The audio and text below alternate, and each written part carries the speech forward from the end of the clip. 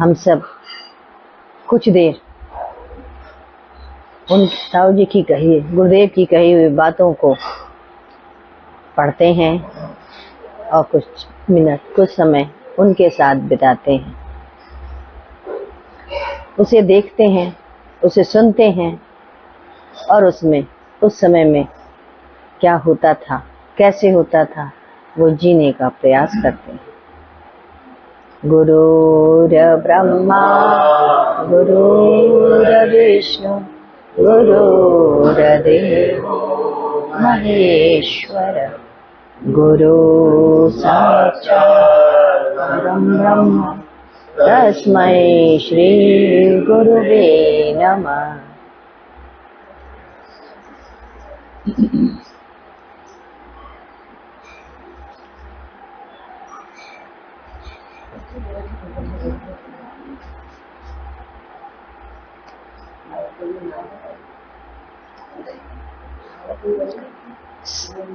साधना चौकी पर या कंबल पर या मृगचर्म पर बैठकर करें, जिससे आपकी ऊर्जा बनी रहे।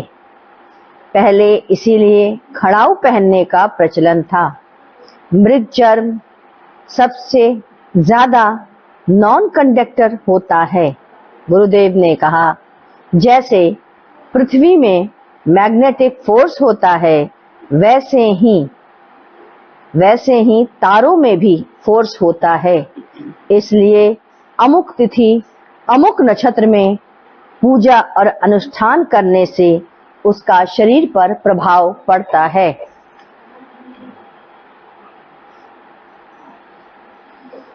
भक्त दामा पंथ की कथा। आज गुरु ने भक्त दामा पंथ की कथा कही। गोवलकुंडा के मंगल बेड़ा प्रांत में मुसलमानों का शासन था। उस समय वहां का राजा मुसलमान था। गोवलकुंडा के छोटे जिले में दामापंत एक ईमानदार सूबेदार थे। एक बार राज्य में भयंकर अकाल पड़ा। पानी नहीं पड़ा, पपड़ी पृथ्वी पर जम गई। इतना भयानक और विभत्स अकाल था कि आज भी वह अकाल दुर्गावती अकाल के नाम से मशहूर है। दामापंत बड़े ही उदार प्रकृति के थे। दिन भर भगवान के ध्यान में डूबे रहते थे। वैसे ही उनकी निष्ठावान पत्नी थी। उनका नाम धर्मशील था। वह अपने पति की अनन्य भक्ति करती थी। पति को भी वह परमेश्वर मानती थी। दामापंत ने देखा, पशु पक्षी मर रहे, बच्चे भूखे तड़प रहे, चारों तरफ हाहाकार मचा है। दामापंत सूबेदार थे, अतः गल्ले का गोदाम उन्हीं के अंतर्गत था। उन्होंने गल्ले का गोदाम खोल दिया। प्रभु से विनती की कि हे प्रभु, आपकी प्रेरणा से मेरे मन में यह भाव उठा है। उन्होंने लोगों से कहा, जिसको जितना ले जाना हो ले जाओ, अब क्या कहना। सभी भर भर कर अनाज लेने लगे। दामापंत बड़े ही खुश थे, परंतु हर अच्छे काम करने वालों की बुराई होती है। अतः लोगों ने उससे बड़े सूबेदार से जाकर कहा कि दामापंत ने गोदाम खोल करके अनाज को लुटवा रहे हैं। उसने राजा के कान भरे। उसने जब सुना कि दामापंत ने गोदाम खोल दिया, सभी अनाज उठा करके ले गए, तो उनकी आंखों में खून उतर आया। आंखों से अंगारे बरसने लगे। उसने आदेश दिया कि दामापंत को हथकड़ी लगाकर सामने उपस्थित किया जाए। सिपा सालार फौज के साथ दामापंत को लाने चल पड़ा। घर पहुंचकर दामापंत को आवाज दी। उसकी पत्नी बाहर आई। उसने कहा, मैं दामापंत को ले जाने आया हूं। फौरन दामापंत को सामने आने को कहो। पत्नी, जो अपने पति की अनन्य भक्ता थी, पति परायण थी, पति को छोड़कर वह किसी को नहीं जानती थी। अभी वह पूजा कर रहे हैं। जब तक अपनी पूजा समाप्त नहीं कर लेंगे, नहीं आवेंगे। आप बाहर बैठकर इंतजार करें। सेनापति चुप हो गया। उस सती साध्वी स्त्री के तेज के आगे वह कुछ कह न सका। पूजा समाप्त करने के बाद जब दामापंत निकले तो पत्नी से मालूम हुआ कि सेनापति उन्हें ले जाने के लिए आए हैं। पत्नी उदास हुई। दामापंत ने उन्हें समझाया और सेनापति के साथ चल पड़े। उनके हाथ में बेड़ी डाल दी गई। मार्ग में जाते समय पंढरपुर पड़ता था। उन्होंने सेनापति से दर्शन करने की आज्ञा मांगी। उन्हें इजाजत दे दी गई। वे मंदिर के अंदर मूर्ति के समक्ष प्रार्थना करते हुए बोले, हे नाथ, मैंने तो तुमसे इजाजत मांगी,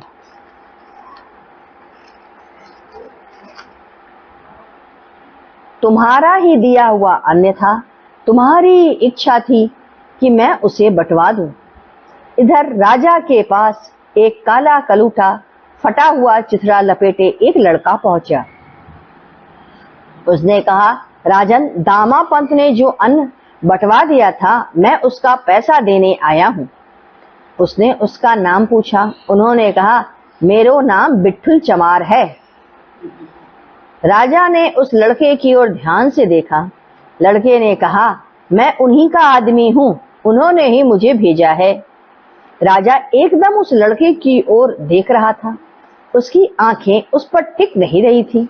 उसने कहा, पैसा देने के बाद मुझसे मिलकर जाना। वह बिट्ठू चमार अपने थैले में से पैसा निकालता जा रहा था और इस प्रकार कुल राशि देने के बाद वह राजा के पास आया। राजा ने पूछा, कुल पैसों की भरपाई हो गई? मंत्री ने जवाब दिया, हाँ राजन। एक एक पैसा उसने चुकता कर दिया। वह कागज लेकर राजा के पास हस्ताक्षर करने आया। राजा को तो होश ही नहीं था। वह तो लड़के के चेहरे पर लट्टू था। पूछा, कहाँ जाओगे? लड़के ने कहा, दामापंत ने कहा है कि पैसा देकर कागज पर हस्ताक्षर कराकर तुरंत आना। वह कागज लेकर वहां से बाहर आया और अदृश्य हो गया। इधर दामापंत ने सोचा, अब तो प्राण बचना मुश्किल ही है, अतः एक बार गीता पढ़ लिया जाए। ऐसा सोचकर भगवत गीता खोलकर उसने वही रसीद का कागज निकला जिस पर लिखा था, पूरी भरपाई पाया। कागज पर सुनहरे अक्षर से लिखा था। उस पर राजा की मोहर लगी थी। कागज तुरंत सेनापति के सामने पेश किया गया। इसकी बेड़ी खोलने की इजाजत दे दी गई। तब तक राजा का महल भी करीब आ ही चुका था। राजा ने दामापंत से कहा, ये बिट्ठू कहाँ है और बिट्ठू लड़का कहाँ गया? मैं उससे मिलना चाहता हूँ। दामापंत ने पूछा, कैसा लड़का आया था? राजा ने कहा, काला कलूठा लड़का आकर तुम्हारा सब भुगतान कर गया। अब दामापंत ने जो सुना तो वह रोने लगे। हे प्रभु, तुम भिन्न भिन्न रूपों में दर्शन देते हो। तुमको मेरे लिए बिट्ठू चमार बनकर आना पड़ा। तुमने राजा को दर्शन दिया, मुझे दर्शन नहीं दिया। मेरा क्या अपराध था प्रभु? राजा ने दामापंत को बरी कर दिया तथा उसके पद पर बहाली कर दी। अब दामापंत लौटकर घर नहीं गए। अपनी पत्नी को लेकर राजपद छोड़कर बिट्ठू चमार को तलाशने जंगल की ओर निकल गए। भगवान को भी भक्त के प्रेम के कारण नीचे आना ही पड़ता है। इसके बाद अगली कथा आती है भक्त मणिदास माली की। गुरुदेव ने कहा, भक्त मणिदास माली की कथा भी बहुत रोचक है। मणिदास माली एक सात्विक प्रकृति के थे। बहुत थोड़े में ही उनकी रोजी चलती थी। शेष समय वह भगवत कीर्तन किया करते थे। उनका भरा पूरा परिवार था। जो कुछ उन्हें मिलता थोड़ा सा खाकर शेष गरीबों में बांट देते थे। पत्नी मर गई थी, एक एक करके सब मर गए। देखो, जब परिवार में ऐसी मौतें होती हैं कि धीरे धीरे सब मर जाएं, तो आपकी भगवान के प्रति निष्ठा समाप्त हो जाती है। परंतु मणिदास माली ने हाथ जोड़कर भगवान से विनती की, हे नाथ, तुम कितने अद्भुत हो, तुमने मेरा बोझ हल्का कर दिया, मोह का बंधन तोड़ दिया, तुम दवा के सागर हो प्रभु। अब मैं मुक्त हो करके कीर्तन किया करूंगा। और उसने करताल उठा ली। भगवान जगन्नाथ की मूर्ति के सामने करताल बजा बजा कर नाचता और गाता प्रभु के कीर्तन में जिंदगी गुजार रहा था। एक दिन एक कथाकार जो कथा किया करते थे, श्रोताओं को, अपने भक्त मंडली को वो कथा प्रवचन कर रहे थे। मणिदास माली कीर्तन करते हुए राम कृष्ण हरे करते हुए जा रहे थे। उनके कथा करने में बाधा पड़ने लगी। उन्होंने मणिदास को डांटा तथा मारा भी। उनका देखा देखी उनके भक्तों ने भी उन्हें बुरी तरीके से मार दिया। वह मणिदास मार खाकर भगवान का कीर्तन करता हुआ अपने घर आ गया। आज उसे भगवान जगन्नाथ का प्रसाद नहीं मिला। प्रश्न ही नहीं उठता, बिना प्रसाद लिए, बिना भोजन किए वह सो गया। रात्रि को पुरी के राजा को स्वप्न हुआ, तुम कैसे राजा हो, तुम इस तरह कैसे सोए रहते हो?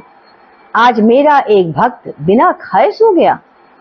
इधर मणिदास को भी स्वप्न हुआ कि आज तुम नहीं खाए, अतः मैंने भी भोजन नहीं किया।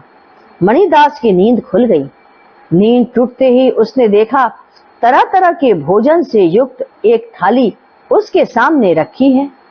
उसने प्रभु से विनती की, हे प्रभु, तुम अपने भक्तों का कितना ख्याल रखते हो। राजा को सारी बातों की जानकारी हुई। उसने कथाकार को वहां से हटा दिया और यह आदेश दिया कि मणिदास माली को कोई कष्ट न होने पाए। मणिदास नित्य प्रति करताल हाथ में लिए भगवत कीर्तन किया करते थे। कहा जाता है कि मणिदास माली हाथ में करताल लिए जगन्नाथपुरी के प्रांगण में कीर्तन कर गए।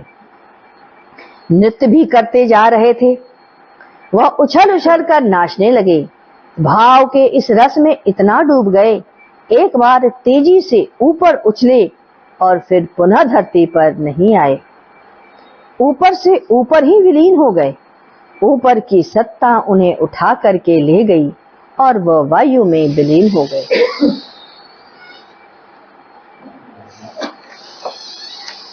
इस तरह हमने लोगों ने इतनी अच्छी कथा उनके मुख से सुनी, मणिदास माली की कथा सुनी। हम लोग धीमे धीमे इन अच्छी अच्छी कथाओं को सुनते हैं, श्रवण करते हैं, मनन करते हैं और सोचते हैं कि भगवान के भक्त किस तरीके से ब्रह्मा प्रभु उनकी रक्षा करता है, एक एक चीज की भरपाई करता है। उनकी रक्षा के लिए वो स्वयं नीचे आ जाते हैं। हे प्रभु, हम लोगों में भी भगवान के प्रति ऐसी निष्ठा और भक्ति आए, ऐसी कृपा करें। बोलिए सद्गुरुदेव भगवान की जय।